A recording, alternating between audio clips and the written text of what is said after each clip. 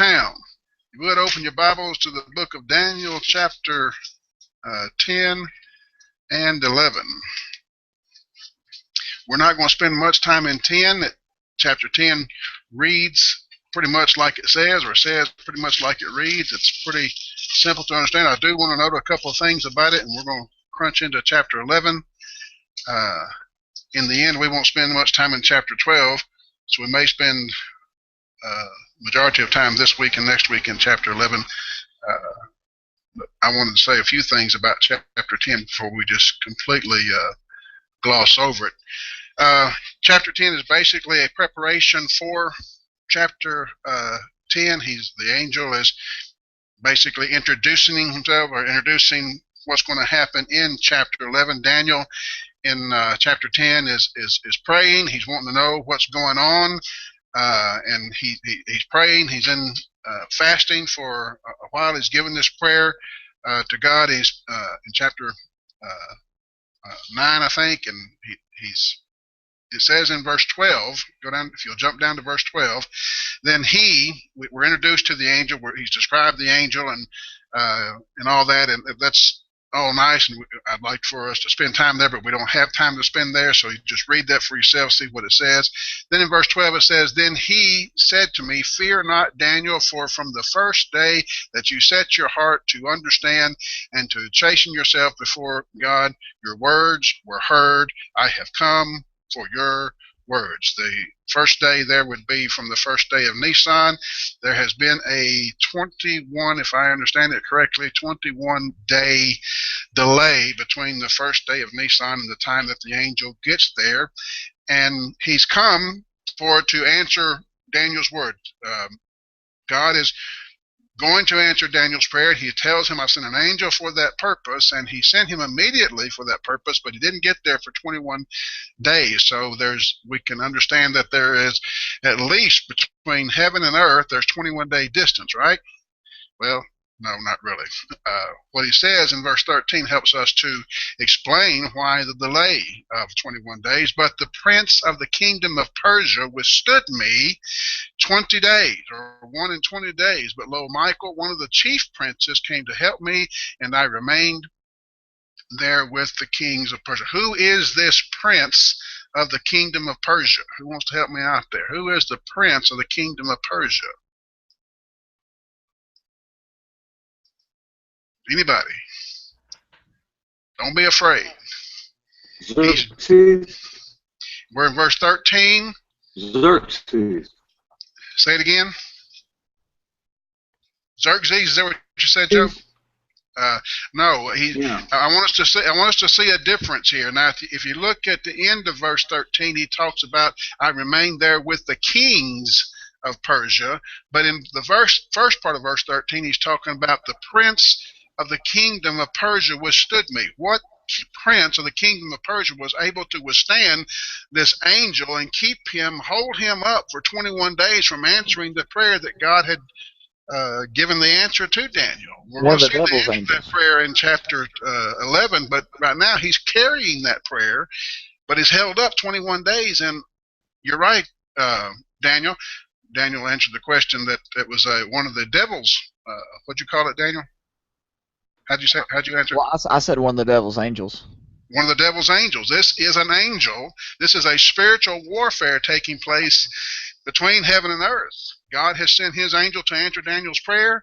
On his way to do that, he's held up in this fight for 21 days with the prince of the kingdom of Persia, the prince, the guardian angel, the satanic guardian angel, if you please, of Persia. Persia has decided they're not going to follow God, and so they're following the guidance, the leading, how those angels are demonic powers in the heavenly realms, however it is that they work, and I can't explain how that is.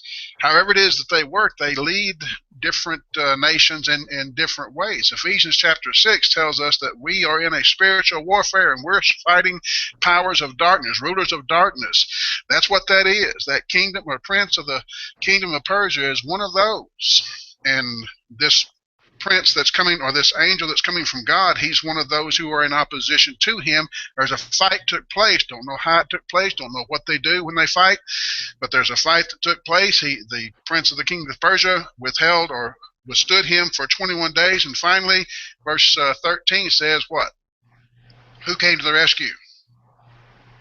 Michael. Now, I don't know who Michael is. He's one of the archangels. It seems to be that he's one of the greater angels, and he had to come to the assistance of whoever this angel is, and he did that. And because of that, it says in the King James Version, it says, I remained there with the kings of Persia, which it seems that's exactly the opposite of what it's saying. If you look at the Hebrew, I had no more to do with the kings of Persia, so I was able now to come to you. Michael came and withstood the prince of Persia, and so I could come on now and answer this prayer, give you this answer to this prayer.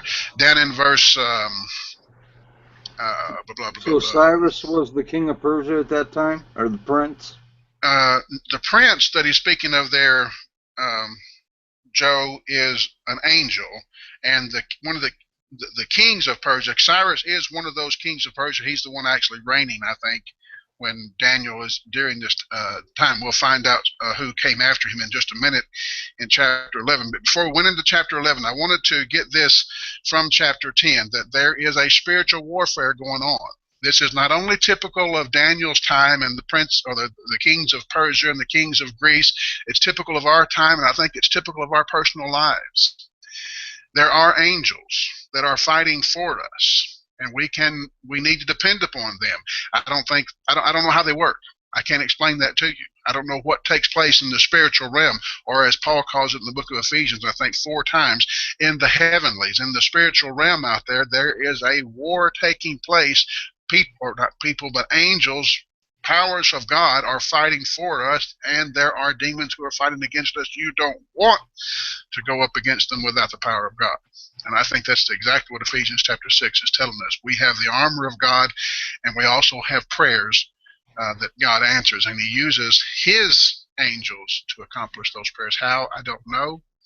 I can't answer those questions for you, but I do know that from this text here in Daniel, that there's a spiritual warfare going on, and angels and demons or satanic angels are in that warfare. They're fighting either for or against us. There in, where was it? Verse 20, it says, then he said, no, wherefore I have come to you. Know why I have come to you. I have come to you. Now I will return to fight with the prince of Persia, and when I am gone forth, lo, the prince of Greece shall come. So here's another satanic being or satanic angel of Greece that's going to jump into this fight and lead Greece in the things that it will do.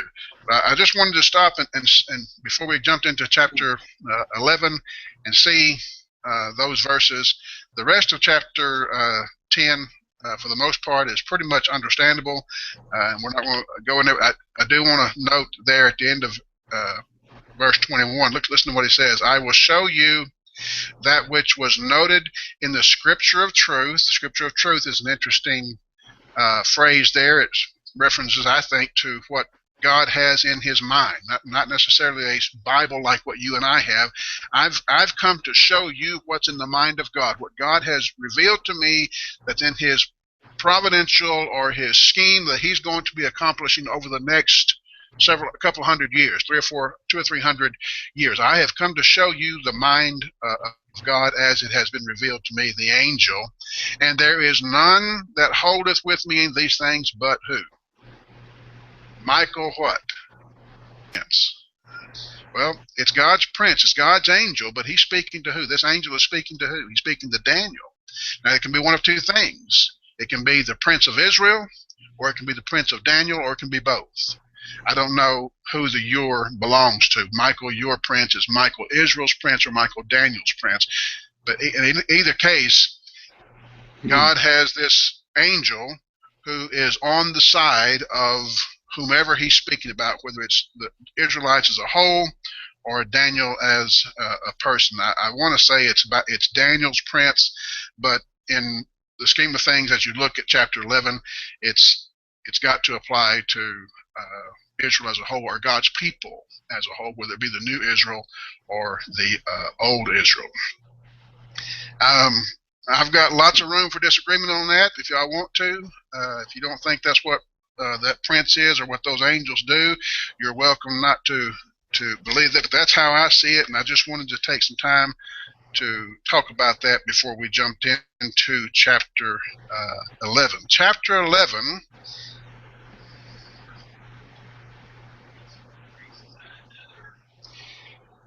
I think that Prince of Greece is another one like the Prince of Persia, and because Greece will end up doing things against the people of God, at least to some degree. And we won't go in. The text doesn't go into a lot of detail there. Chapter 8 actually does some, but I'm going to assume that's a satanic angel, and does each nation have a satanic angel and a godly angel? I don't know the answer to that question.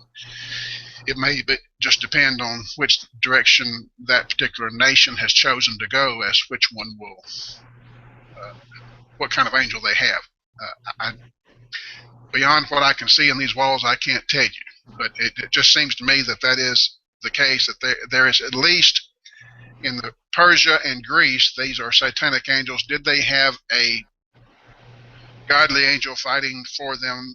I can't answer that question. I know that Michael is fighting for the Jews, for Daniel, for God's providence, for God's way, and Michael had to come to the rescue, so to speak, for this guy here, this angel here, in chapter 10, in order that he could come and do God's bidding with Daniel. Notice Hebrews 2 verse 5. Tell me about Hebrews 2 verse 5. Yes, sir. He says, "For unto the angels hath he not put in subjection the world to come whereof we speak." But then he goes and he talks about that it's Jesus that is over that. Right. That's over it now instead of the. So I think Jesus is taking control from yes, the Jesus angels. Jesus is the one who's in ultimate control, just like in this case here, back in Daniel. It's God who is in control, and why God chooses to do things as He does, as far as using angels as His instrumentality to do things or to accomplish things, I can't answer that question. I don't know why. I just know that He does, and how, I don't know that either. I'm pretty sure from the things that we learn about in the New Testament that there's no miraculous intervention today. I believe that, and I believe that I can prove that with Scripture. So how it happens, why God uses angels and just doesn't do it Himself, I don't know. I can't That's what I answer was that. saying. But Jesus, I think, as you said there, Daniel, made a comment about Hebrews chapter 2, verse, what'd you say, 5? Yes, sir. That was it. That the angels were being used there in that text, and that Jesus seems to be in control of that, or he maybe took control of that at that point. And I think the author of Hebrews is trying to show us the supremacy of Jesus.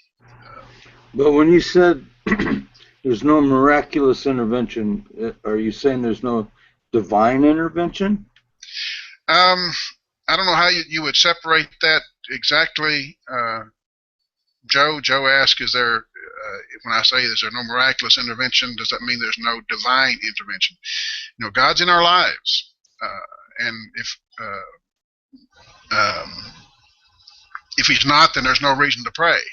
How God is in our lives, what God does, how God acts in our lives, I think it's providentially. I think He does work providentially in our lives, but does He come and work miracles? I'm not saying He doesn't have that power to, but I believe the Scriptures teach that He has restrained that power in the church. That's not how He works today. It's not that He can't; it's that He doesn't. But we'll see miraculous power at the end of time when He comes again and destroys the earth and His foes on the earth. But as far as Him, you know, I had a lady one time told me that she prayed that, you know, she was downtown somewhere and she needed a parking spot because she needed to be somewhere at a certain time, so she prayed and the Holy Spirit gave her a parking spot. I don't think He did. I don't think that's how it works. I don't think, and she was serious, and but it's just, I don't think that's how God does things, at least not in a miraculous way. But does God answer our prayers? I could give you a recitation of my life and show you where I believe God's providence is absolutely involved, and if no one can convince me differently. I don't think He worked any miracles to accomplish some of the things He did, but that He was working in my life, I absolutely believe there was. There has been, to use your words, Joe, divine intervention. I just don't think it's miraculous divine intervention. So it's divine providence. It's I think providence is the word I would strongly recommend there, and not to say the intervention is the inappropriate word, but because it's so misused today, I would go with providence. But I'm not afraid of the word divine intervention. Obviously, that's what's taking place here in Daniel chapter 10 and 11, and I think God still does that today. The president that we have today, not just today, but any time, it's God's work. God put him there for a reason. I don't know what that reason might be, but I believe that's God working in the affairs of not only this nation but of the world. And I think we could say the same thing about the ruler of North Korea, the Prime Minister of England, or wherever you might be. God's doing that, and He's doing it for a reason that we don't always know the end of that reason. Whoever is going to take the presidency in our nation in November, that's going to be God's work. I'm scratching my head as to what God's doing, but it's God's work, and He's going to do it, and He's going to accomplish whatever it is that He hopes to accomplish, or He will accomplish by that. But I appreciate the question, Joe, and I enjoyed the conversation. It's something that needs to be studied more thoroughly. Anything else on that before we jump into chapter 11? All right. Vision of chapter 11 is going to be a very detailed vision. It's history being written in advance. In short, it's events that were about to begin to take place shortly after the time of Daniel, or Daniel's prophecy, and that these events will be concluded. The events of chapter 11, not chapter 8, or chapter 9 for that matter. But the events of chapter 11 will be concluded before the time of the Lord comes. The star of the show is a fellow by the name of Antiochus IV, or Antiochus IV Epiphanes. We'll talk more about that name later on. The Jews called him Antiochus, and they used a word that sounded like Epiphanes. I don't know what the word is, but a Hebrew word that means madman, Antiochus the madman. And as I've mentioned before, if we don't have a familiarity with this period of history that's going to be talked about here, this lesson's going to be a little thick. We're not going to get much from it. It's not going to serve us well. And if you want me to, I'll wake you up after class. It's really dry material if you don't know anything about this. I don't know a lot about it. I'm not a scholar in this. To be honest with you, you can read the commentaries just like I can and get most of this. But if you don't have any concept about where these places are or what was going on back then, even the commentaries are going to put you to sleep. That's what they did when I first started reading them. And I didn't have a lot of interest. I had to read it because I had a thing to do at school. So I don't know that the Holy Spirit is trying to make us historians either. I don't want us to get that point there. He's not giving us this detailed history in advance so that we can look back on it and know more about history. And He's not trying to give us necessarily He's not trying to give us a puzzle for us to fill in the names. Let's see if you can get this one right. Put in the right name in the right spot. So if He's not trying to make us historians, and if He's not trying to challenge us to, can you put all the right names in the right spot, what is He trying to do? What's the purpose? If you've read chapter 11, whether you've read the commentaries or whatever, if you've read chapter 11, you know it's a tough chapter. What's He trying to do? You know enough about it that you know it's history being recorded in advance in some symbolic way. What's He trying to do? Why is He doing this? He's showing the people that He's in control. God is showing the people that He is in control. That's right, Daniel. That's at least one of the things that He's trying to do. We're going to see in this vision, and as we look back and see how this vision was fulfilled, we're going to see the hearts of greedy and violent men exposed as they chase after their lust for power and wealth and the things that those men were chasing after at that time. But that's not really the purpose of the vision. We'll see that taking place, but that's not what God's trying to show us. God sometimes does try to show us the error of men's way, and He will do that here, but we're not really getting a lesson in the error of men's way. This vision is about God's ability to use the will, the desire, the greed, the violence of these evil men, as evil as they are. He can use that according to or to accomplish His eternal purpose. The eternal purpose of God. Joe, we had this class in our last semester. The eternal purpose of God is the redemption of humanity. God is going to use men like Antiochus Epiphanes, and can use men like Antiochus Epiphanes in order to accomplish his purpose. It would be a wonderful world to live in if only good and godly people or godly men were out there to be used for that purpose. But we know that's not the case. There are times when good and godly men simply aren't on the earth, or there are not very many on the earth. So God uses the evils that men do to accomplish His purpose when there are no good and godly men to accomplish that. Another purpose, sort of like what Daniel was saying, what Daniel, our fellow student, is saying of the passage of the text here, is to show us that, or to show the Jews, and I think us in turn, that no matter the circumstance, and brothers and sisters, we need to understand this, it's a matter of faith. No matter the circumstance, no matter how bad it looks, God has not left the scene. God is still there. God is still in control. Don't forget that. And I foresee in our world, in our culture, just like it's happened in times past, I foresee in our world, in our culture, things are going to get really bad for the Christians.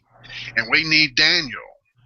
We need this book of Daniel to understand that no matter what, God has not left the scene. It may seem like it. It may seem through the things that we're going to go through or may go through that God's not there, but God is there. He's accomplishing His purpose. Don't give up. If you go to the book of Peter, you'll find the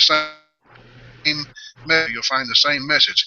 King, in his commentary, writes, let me read to you for a moment. He says, that is God's providence is at work raising up kings and their kingdoms, as well as bringing them down from their positions of prestige in the interest and for the spiritual advantage of His chosen people, Israel in the Old Testament and the church in the New. The moral, he says, to be drawn from this grandiose chapter is that the course of history is ultimately determined by Almighty God, and that at a time willed by Him, salvation will come to the oppressed and suffering people. If we don't get anything else from Daniel chapter 11, get that. God has not left the scene. God is using the events that He's prophesying here in chapter 11. He's using that for your and our benefit here, even in the 21st century today. We'll go through a quick summary of the chapter. As it unfolds, you find the angel shows in a succession of Persian kings, ending with the great king Xerxes that Joe mentioned a few moments ago, who made war with Greece in verses 1 and 2. After him comes Alexander the Great, who won both fame and fortune and a great empire, but died in his youth and passed on all that he had gained to his 4 generals instead of to his sons, because they were murdered. The focus will then narrow in the chapter to 2 segments of the Alexandrian Empire. It started out as, I think, 11 different generals. It whittled down to 8, then it whittled down to 4. But when it comes to Daniel chapter 11 and the concerns of Daniel chapter 11, the other 2 don't matter. We're only going to focus on 2. One's called the King of the North, which would be the Syrian kingdom, and one's called the king of the south, which would be the Egyptian kingdom. We need to keep those straight. I know it's hard to keep which one went where and who went with which one throughout the text, but try to remember there's north and south. Who's in the north? Syria. Who's in the south? Egypt. Okay, so try to keep that in mind. Who among these kings belongs with the south? The Ptolemies. It starts with a P, but it's called the Ptolemies. Yeah, P-T-O-L. Is that right? E-M-Y?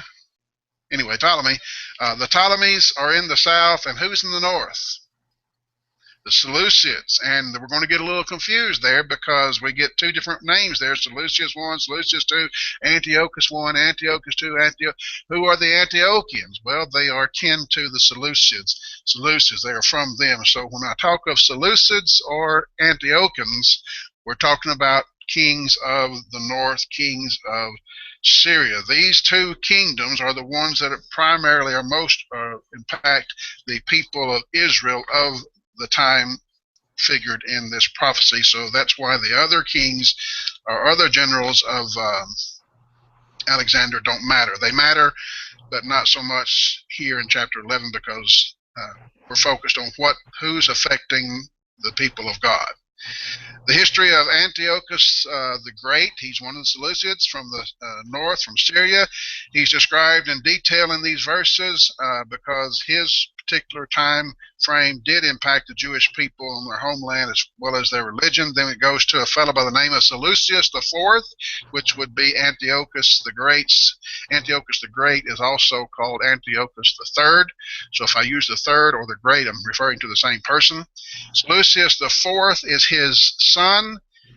He doesn't do much one way or the other. His biggest significance was he was a tax collector. We'll talk why that was later on. But the remainder of the chapter is devoted to the life of Antiochus Epiphanes. He's the star of the show. He's the one that we're centered upon because of what happened during his time. To prepare the Jews for that time, Daniel is speaking 200 or 300 years ahead of time. He's preparing the Jews for the coming time of Antiochus Epiphanes. There is coming this guy, Daniel is telling us, this horrible guy, this horrible time. It's coming. I'm preparing. Does that sound anything like anything in the New Testament?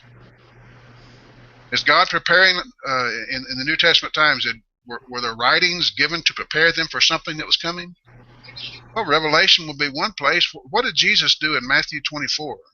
And yeah, it's coming. The destruction of Jerusalem is coming. There's a reason why it's coming. We won't go into all that detail, but he said it's going to come. And actually, Daniel has something to say about that, but it's going to come. And so there's a lot of times that God prophesies, get ready for this. It's going to happen. And so Daniel is speaking a couple of hundred years ahead of time. He's saying it's going to happen. Get ready for it. Antiochus Epiphanes doesn't name him, but Antiochus Epiphanes, Antiochus IV, is coming. And so he's trying to prepare the community of faith that is to come. The Lord's people needed to know in advance so that they could prepare for that. There's a time of testing coming. There's a time of judgment coming. You need to get ready for it.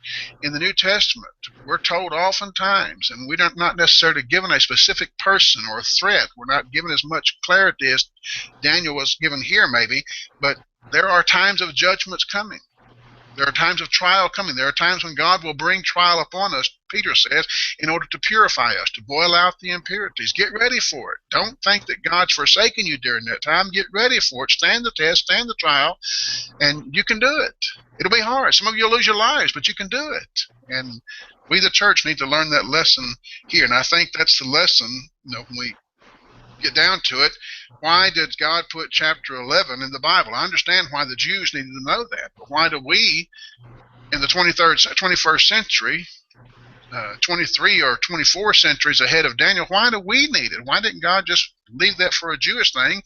And why do I need it in 21st century Christianity?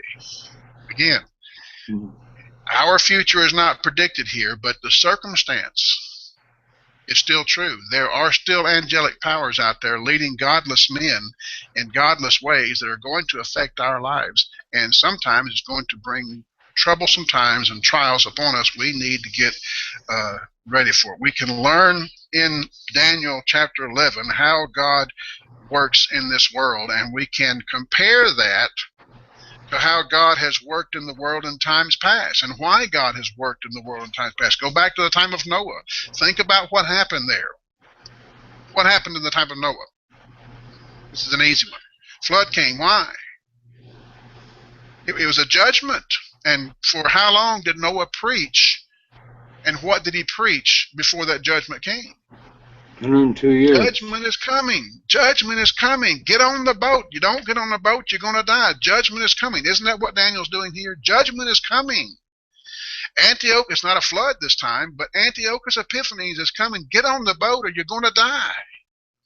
And so I get that. And you go back to Sodom and Gomorrah. Was there a judgment there? Yeah, not just Sodom and Gomorrah, but the 5 valleys and or 5 cities in the valley. Did God spend any time teaching those people or trying to restore those people or bring those people to him? I have to believe he did. I think Lot was there for that reason, but Lot sort of went the wrong way, at least during the time that he's in Sodom. His own daughters committed incest with him later on. His sons-in-law died in the chose to die in Sodom. His life turned back and looked and became a pillar of salt. So his mission wasn't successful in that sense. In fact, he lost his family in that because he himself wasn't faithful. I think later on Lot was faithful because, was it Jude? Somewhere Lot is referred to as a good and godly man. I forget where that is. Peter, okay. Peter speaks of righteous Lot. So at any rate, if you go back to Sodom and Gomorrah, you go back to the period of the judges, and you see what God's doing there, bringing judgment. Why did he bring judgment? How did he bring judgment? Did he warn them about that? You go back to Nebuchadnezzar and Babylon. Did God bring judgment upon the Jews? Yes, he did. Did he warn them about it? Yes, he did. Nebuchadnezzar's coming. Nebuchadnezzar's coming. Nebuchadnezzar's coming. You better get ready. And the reason why he's coming is because of your sins. I think that's no different here. I don't know what the Jews were doing during that time. We'll get a little picture of that if we ever move on in chapter 11. We'll get a little picture of that as to what they were doing. But judgment is coming, and we need to use Daniel chapter 11 combined with all these other pictures of what God is doing, not only a judgment but a blessing, but in this case judgment. And we need to watch what God's doing and learn. In the book of First Chronicles chapter 12 verse 32, when David's army was coming to him, it spoke of the tribe of Issachar who came to David, and they were men, it says, who had understanding of the times. They knew what Israel ought to do. That's the kind of people we need to be, brothers and sisters. We need to be people who are understanding of the times and know what Israel, know what the church, know what we need to do. First Chronicles 12 verse 32. It's a great sermon there, guys, in that chapter. If you want to make sermon about the people who came to David and their qualities, you can see a lot of qualities that those who come to Christ and his army need to have today, but that's not what we're here to talk about tonight. So watch what God has done in the past. Look at what he's doing, promising to do here in Daniel chapter 11. Gain some insight so that we can know how to act in our own time. God has not left the scene in the 21st century. He's still here. He's still, Joe, intervening. He's still providentially working today. And even when life really stinks, even when life really stinks for the Christian, we don't have to give up. We can look to God and know that he's doing something. We just may not understand what, but he's doing something. He's there. He's fighting for us. And though we even may lose our lives in the fray, God's going to take care of his people. So are we talking about the split up of the Greek, Alexander the Great's generals, when we talk about Seleucus I and Syrian Babylon, Ptolemy, Egypt? Those Lucius and Ptolemy are two of the generals, Joe, of the original 11. It turned out it whittled down to 4, and the 4 generals, of the 4 generals, these are 2 of them. The other 2 we're not concerned about. Daniel doesn't talk about them. He actually mentions one very briefly, but he doesn't talk about the other 2. Yes, to answer your question, we are talking about the breakup of Alexander's kingdom. Back to the point I was making. There comes a time when the cup of iniquity gets full. And those whose cup of iniquity has gotten full will drink of the wine of God's wrath. It's a common teaching in the Old and New Testament. Don't lose sight of it. Going to your question, Joe, about the Diadochi, Alexander's generals, I want to read to you from King.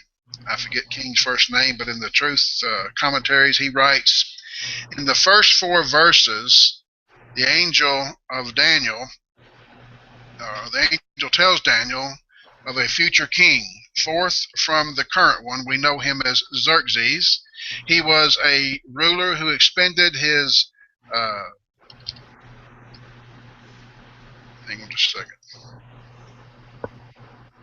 Some people are cold in here, and I'm up here boiling with sweat.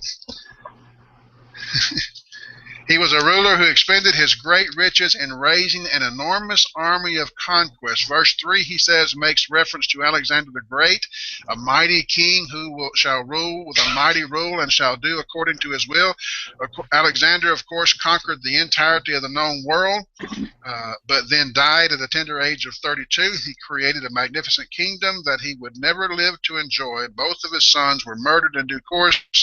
So the great kingdom which Alexander had won by war was passed not to his posterity, but was divided to the 4 winds of heaven, that is, to the 4 main parts of those who were ruled by his favorite generals.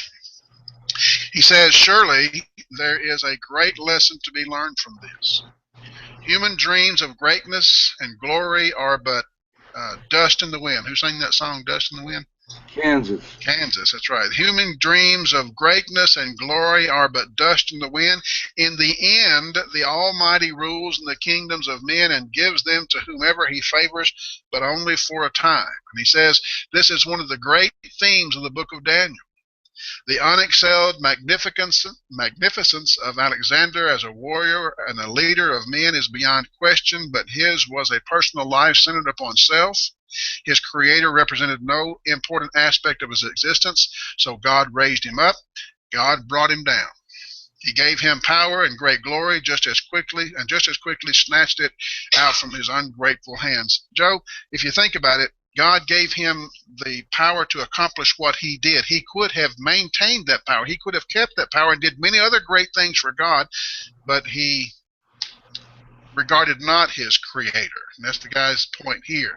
In death, all that he won in life by war began gradually to fall apart as a result of petty jealousies of men who had served him well or so well in battle. They were great warriors, but none of them was possessed of the innate leadership and attributes and abilities which the brilliant Alexander demonstrated in every turn of the road. Because of the smallness of their character and the fact that the Almighty played no part in their lives or plans, at the end of the day, they frittered away all the genius and of the incomparable Alexander that he had built. All right, so that gives us a overview somewhat, at least of the first part of the chapter. We've got 20 minutes left. Let's see how far we can get in the chapter. Daniel chapter 11, verse 1. Also in the first year of Darius the Mede, even I stood up to confirm and strengthen him. And now I will tell you the truth. Behold, 3 more kings. Who's speaking here? The angel's still speaking. That's right. The angel's still speaking. And he says, even I strengthened him, and I will tell you the truth. Behold, 3 more kings will arise in Persia, and the 4th shall be far richer than them all. By his strength, through his riches, he shall stir up all Greece, all against the realm of Greece. 200 years are passed over real quick there in the first verse, with slight emphasis given to the 4th Persian king, the 4th one from the time of Daniel. The one reigning, as Joe mentioned earlier, is Cyrus, but the next 3 kings are passed over. Cambyses II, Cyrus is the current ruler. Cambyses II is Cyrus's son. Gaumata, not sure if that's how you pronounce it, Gaumata. He's also in history referred to as Pseudo-Smyrtus. Anybody know what pseudo means? False. False. Pseudo Smyrtus, therefore, is false Smyrtus. Smyrtus was Cyrus's younger son, and this guy murdered him and claimed to be him. He reigned for 2 years, but then was killed by the third king, Darius III, who was a cousin of Cyrus. Then history identifies this fourth king, the fourth rich king that he's talking about there, the fourth one down that's going to be rich, is as Xerxes I. He was an extravagant king who didn't mind spending money, didn't mind flaunting his wealth, and he did much to stir up nations against Greece, and he actually got Greece stirred up, and he didn't like the result. Yes, sir.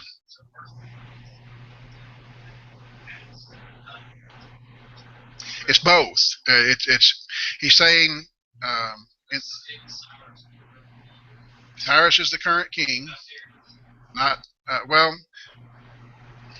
Cyrus. That's an argument we could get into. Not an argument, but a discussion we could get into. That who's reigning, Darius or Darius or Cyrus? Cyrus is the king. Darius is one who's ruling in the province of Babylon, but he's the Mede under the Persian king Cyrus, if I understand that correctly.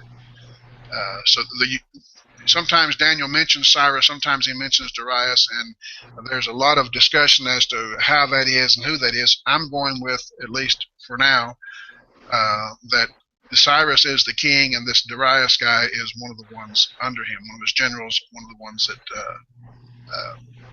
actually the guy who took over or was given charge of Babylon at first was Darius the Mede, but he did it under Cyrus's kingship. But the Xerxes here is Xerxes the first, or not Xerxes, the rich king here is Xerxes the first, and when Darius the third, this is the king before him who killed Pseudo Smyrtus, when Darius the third was in the rule, he attempted to conquer Athens. He wanted to go into Greece and make Greece a part of his kingdom. He wanted to conquer Athens itself, but he, in that battle or in that effort, was humiliated by the Greeks at the Battle of Marathon. You familiar with the term Marathon, or maybe the term Battle of the Marathon? This is where it was. He went there and he was embarrassed with his great army being defeated. There, Herodotus, a historian, says that Xerxes was with a mind of vengeance and of finishing what Darius had started. He marched a 1,000,000-man army. Go back to verse 1 or 2. It says, what does it say? He shall stir up all against the realm of Greece. Xerxes, finishing what Darius was unable to do and had started, Xerxes also wants Athens, so he mounts up this 1,000,000-man army and goes against Greece. In the first battle of engagement, Xerxes loses 20,000 of his best soldiers. He's not a very good strategician, I guess. So after that battle, he changes his direction of attack, ends up actually capturing and burning Athens. Now, the Greeks were not like, they didn't rule like the Persians did. Greece was ruled they had city-states. I don't really have to know exactly how to explain that, but it's like our states here. They're different. They were not united. You had the state of wherever, of Macedon, and the state of wherever, and they were Greeks, united by blood, I suppose, but the king of Macedon and the king of whatever other region there were in competition with each other. They were battling each other, always fighting one another. But when Xerxes came in with his 1,000,000-man army, the Greeks learned to fight together rather than fight one another, and it unified these city-states in a way that had never been done before. Philip of Macedon was then allowed to become king, or the ruler, and Philip of Macedon was whose father? Anybody know? He was Alexander the Great's father. So when Philip of Macedon died, Alexander took his place, and Alexander was, verse 3, it says, then a mighty king shall arise, who shall rule with great dominion and do according to his will. That's Alexander the Great.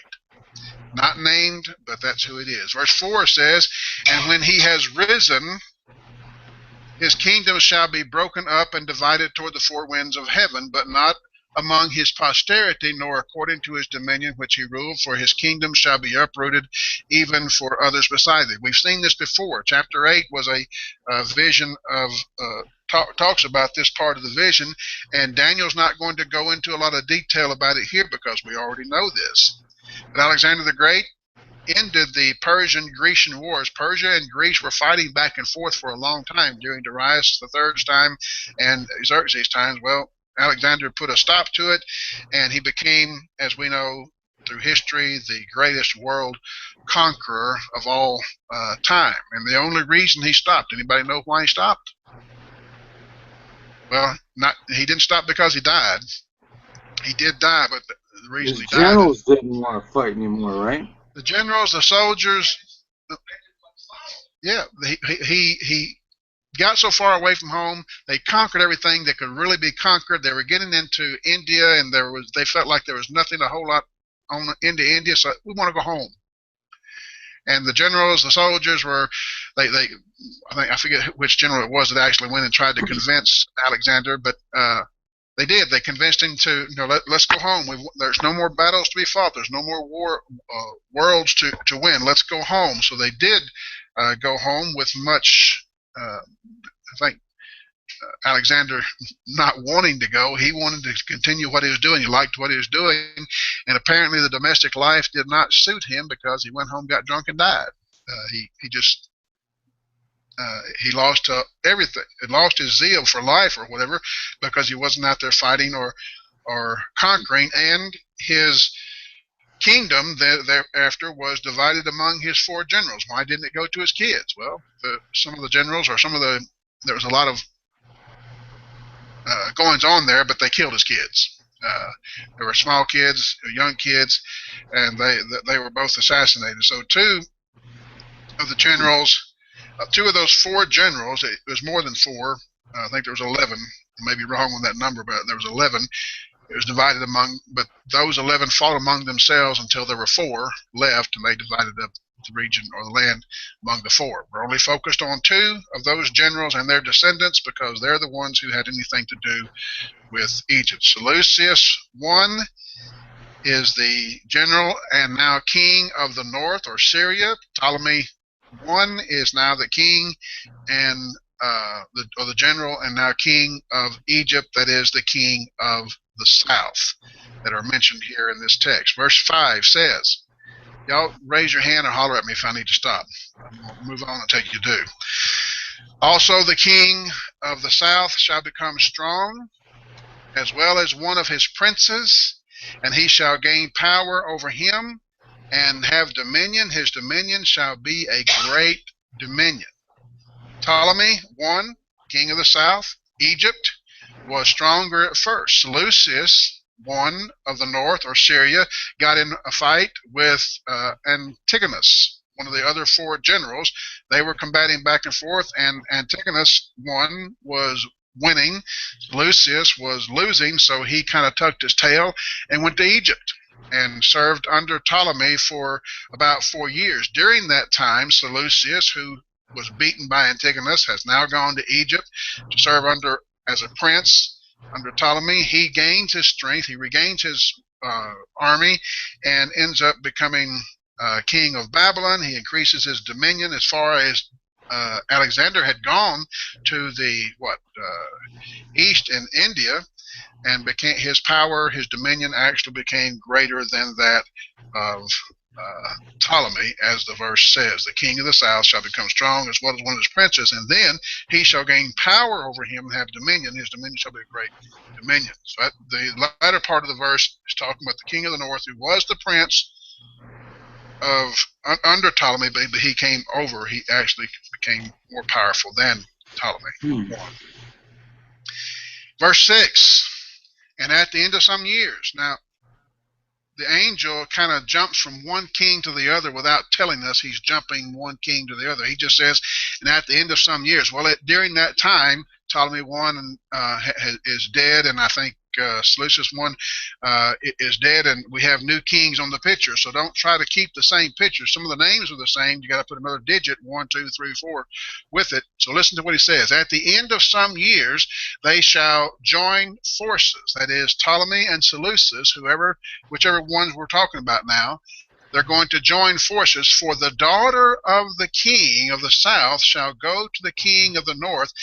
And this is where critics really start throwing fire, because they said this is too specific. This is too accurate. It's exactly as it took place. So Daniel is not writing prophecy, he's writing history, because he couldn't know this. Well, it's right. He couldn't know this. He can only be told this by an angel.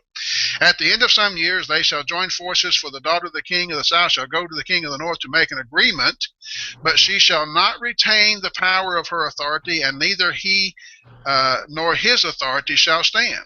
But she shall be given up with those who brought her, and with him who begot her, and with him who strengthened her in those times. So at the end of some years, Ptolemy II is now, or the second, is now king in Egypt. He offers a peace treaty to Antiochus II,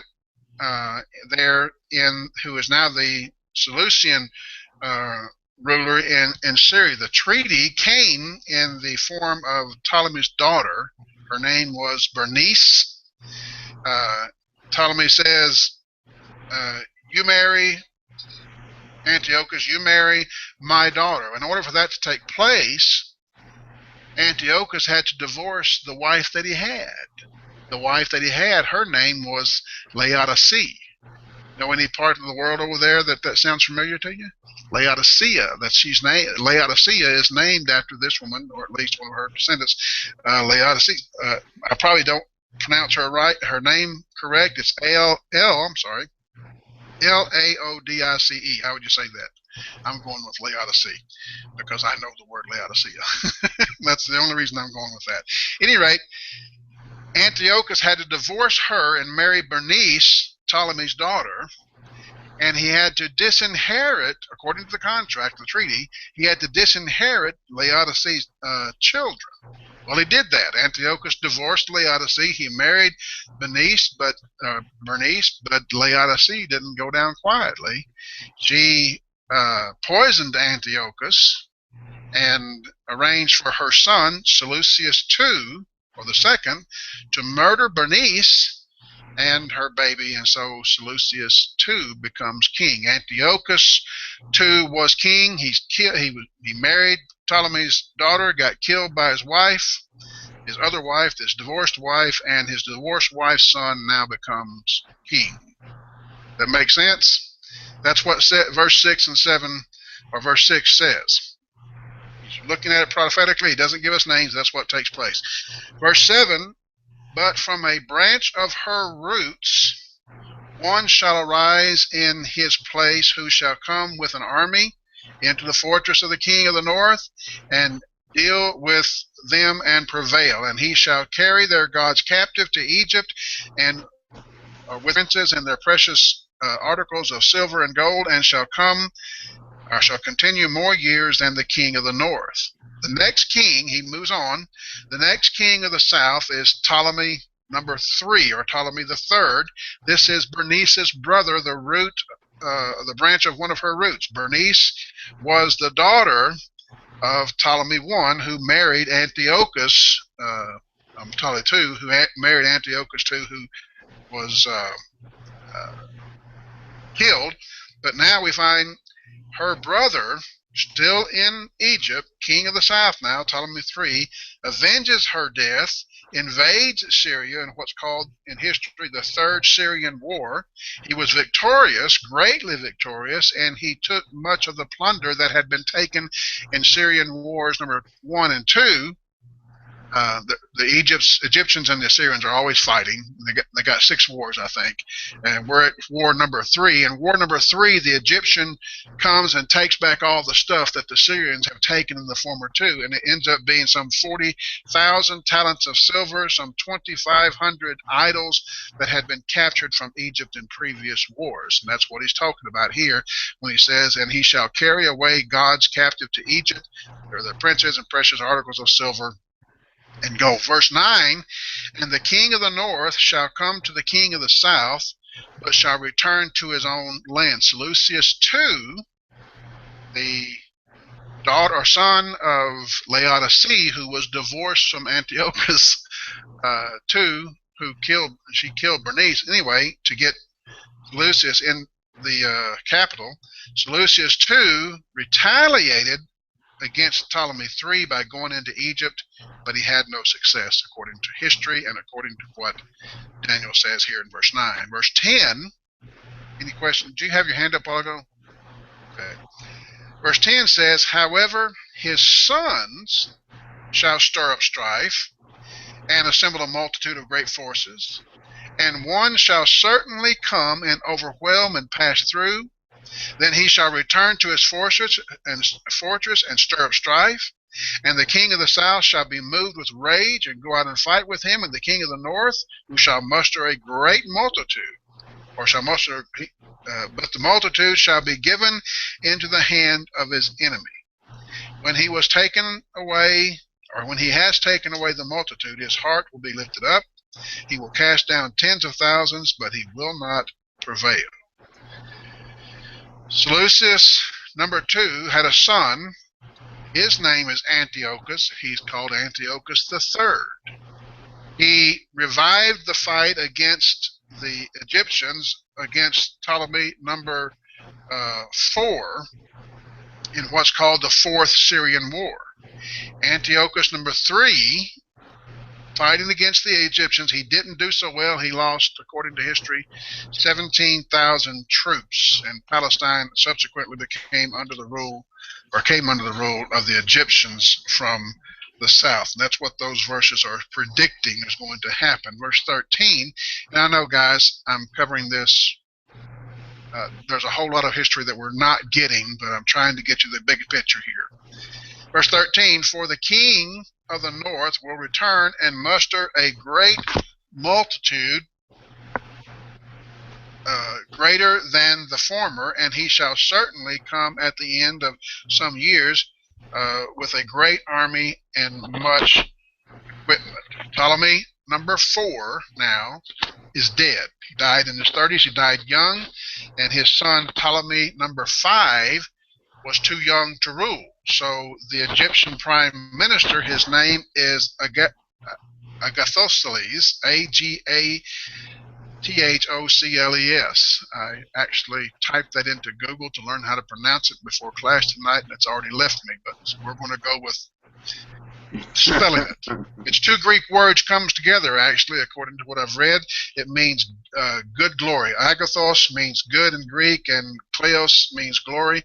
So good glory is his name. That's what we'll call him. Good glory. He became the ruler. He wasn't well liked in Egypt, and actually caused things in Egypt to turn pretty much into a state of anarchy. Antiochus III, who had lost the fight with 17,000 troops in Egypt earlier, he takes advantage of the anarchy going on in Egypt. He and Philip V from Macedon, or from Greece, go and fight against Egypt, and this is called the Fifth Syrian War. This war actually put Palestine back under the control of the Syrians. In the year 200 BC, according to historians, a Roman emissary came to Philip and to Antiochus and said, you got to stop. You can't go into Egypt. You can't do this. We're not going to allow it. And Rome, because it was becoming such a great power, nobody really wanted to tangle with them, so Antiochus and Antiochus III and Philip V backed off, but they did continue to war, or at least raid various parts of Palestine and Syria. Palestine basically is under the control of Syria from that time forward. But in verse 14 it says, now in those times, we're out of time, speaking of time, we'll finish verse 14 and quit. Now in those times many shall rise up against the king of the south, and violent men of your own people, Jewish people, shall exalt themselves in fulfillment of the vision, but they shall fall. The battle for Palestine at the time of verse 14 has not yet been decided. It's still under the Egyptians, and eventually the Egyptians will fall to the Syrians. But before that happens, the Jews, through their weight with the Assyrians, the Egyptians didn't like it, and so they came in and killed a bunch of Jews. One historian says that the Egyptian general spent the winter destroying the Jewish nation. And that's where it says that the Jews will exalt themselves, but they will fall. And that's where that took place. This is around 200 BC. We'll stop there, pick up at verse 15 next week. I appreciate your attention. You didn't fall asleep. At least I didn't notice you falling asleep. I appreciate that. This is difficult material as far as dry, but it's interesting if you have any kind of aptitude for history. Your wife says you're a great history buff. How'd I do? All right. I'm glad to hear it. You guys have a good night. You too. Good night, and God bless.